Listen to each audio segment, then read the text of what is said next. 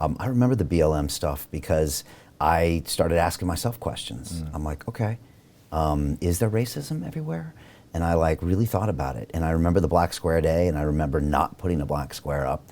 And I remember thinking, okay, I want to have conversations on the show. I mean, we were kind of knee deep in COVID, but I was going to have on some guests that I had in the past that were black to talk about this. I had Ice-T back on in 20, and I was one of my big favorites. And I was going to have him back on, and then I was going to have some black friends in London on. Yeah. And then I think I just decided not to.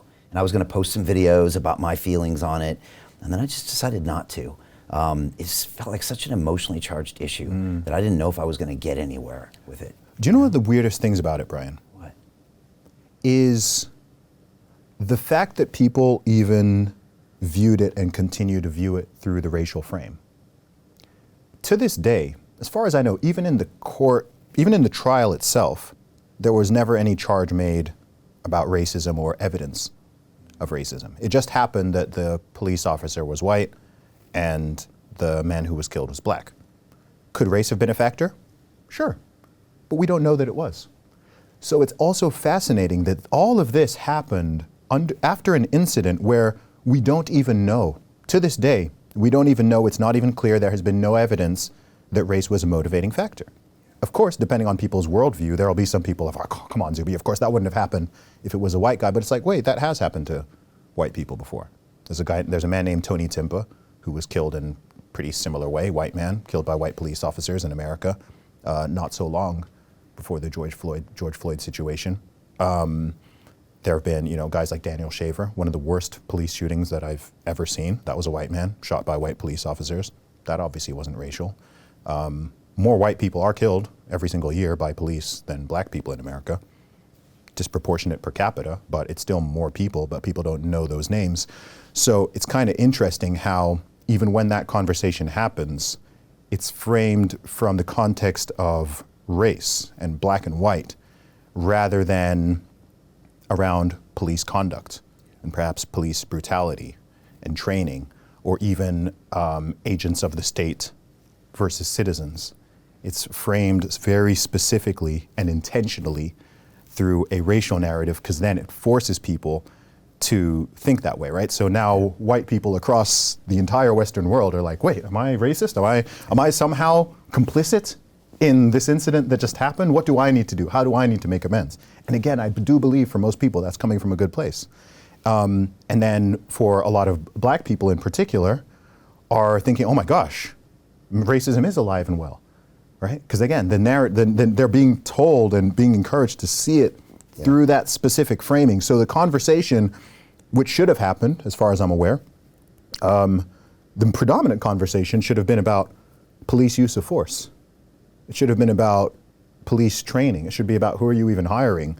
It should have been, what are the roles and responsibilities of police officers? What should conduct be around that? That's really the conversation that needs to happen. If someone genuinely cares, like if Black Lives Matter were actually about what they claim to be, even if it were restricted to the conversations around police use of force against black citizens, the conversation would look very different. And it wouldn't even be framed around the racial conversation. It would be like, look, police officers, there have been many incidents over the years of police officers of whatever color using unnecessary and sometimes lethal force against citizens when it's not. There's times when it's necessary and people would put.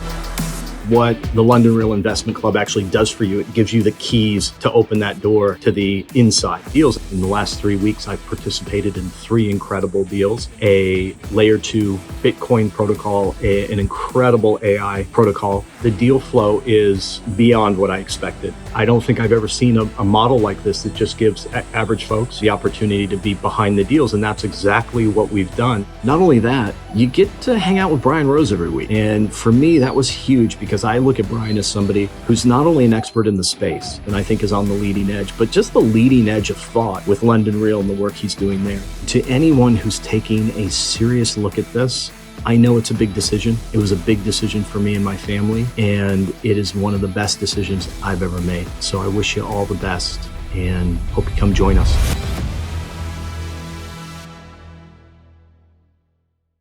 their hands up and be like, yep, that's a justified shooting or killing. And then there's other ones where other people would look at and it's very clear cut, no, that was not justified. Lots of them are more in a gray area. But people don't, this is where the virtue signaling thing kind of bothers me, because I sometimes sense that people don't really want to solve these problems because they're having the wrong conversations. If your goal is to stop innocent people, let's say, innocent unarmed people, we don't want innocent unarmed people, regardless of their color, regardless of their background or their class, we don't want them being killed, period, let alone by agents of the state with a badge and a gun. We want to reduce police brutality. We want to reduce these types of killings and deaths. Now, that conversation is something everyone would be on board with. Conservative, libertarian, centrist, liberal, progressive. If you ask any sane person across the whole political spectrum, would you like fewer innocent unarmed civilians to die at the hands of the police? All of them will say yes, from the most hardcore, gun-toting, Second Amendment, patriot conservative to the most lefty, blue-haired liberal. They'd all say yes. They'd all say yes. Instead, you have people arguing over, is it Black Lives Matter or All Lives Matter? Oh, you're racist. You're like, yeah. Boom, we got him. We got him. We've got the useful idiots shouting about, do we say, Black Lives Matter and All Lives Matter are the same statement. It's the same statement. Black Lives Matter because all lives matter, right? White Lives Matter is also a true statement because all lives matter, right? So, and you've now got people arguing over this instead of having the conversation and holding the correct people accountable and saying, okay, what are things we can do to prevent this type of situation from happening again? Do we need to change the police hiring process? Do we perhaps need to reduce some of the protections that allow a police officer who, has bad misconduct here from, just kind of being shifted into a different county, or it's shifted to a different state? Do we maybe need to alter how we do the training, or perhaps repeat I don't know that much about police training in the USA, but my understanding is that there's quite a lot of room for improvement in the standards, both in the recruitment and in the actual training itself. And I think that if you can hire better people and if you can train them better, then you'll have fewer of those incidents. But I think there are people, sadly, who don't want fewer of those incidents because it's too politically beneficial. And I think that sucks, but that is what I see going on because it's happened so many times at this point. I can probably off my head name at least 10 of these situations where this has happened. And it's been the same playbook over and over and over again. And it doesn't improve because the goal isn't for it to improve. The goal is to get the people angry, to get people super race conscious again, and to keep them fighting each other over dumb stuff. Yeah, it gets weaponized, it gets attention, it gets money, and you'd like to hope that cycle is not going to continue. But yeah, I ultimately concluded in mid-2020 that I'm not racist and the world is not getting more racist. And maybe it was good that I had to really think about it. But I've been in circles of people all over the world for 20, 30, 40 years. And I don't remember those incidents happening where people were judging people on the race. Yeah. And I was in some pretty high profile and high performance jobs, and it was like, can the person perform? And that seemed to be the always thing. So it was interesting to have that introspection, but then I had to come to that conclusion. And maybe it was good that people thought about it, but yeah, it was incredible to watch. Hey, I know investing in crypto is scary. It takes a real leap of faith because there are so many scams, rug pulls, and bad actors out there. It's a dangerous business, which is why 95% of people lose all their money. Well, that's why I created the London Real Investment Club, so you can access the hottest deals on the planet and use the crypto bull market to create the generational wealth that you deserve. Join my team of over 100 people from around the world that are making millions of dollars behind the scenes investing in blockchain, AI, Web3 games, DeFi, Bitcoin, and more. Don't miss out. Click the link below to book a call with one of my team now. But hurry, this bull market will end soon.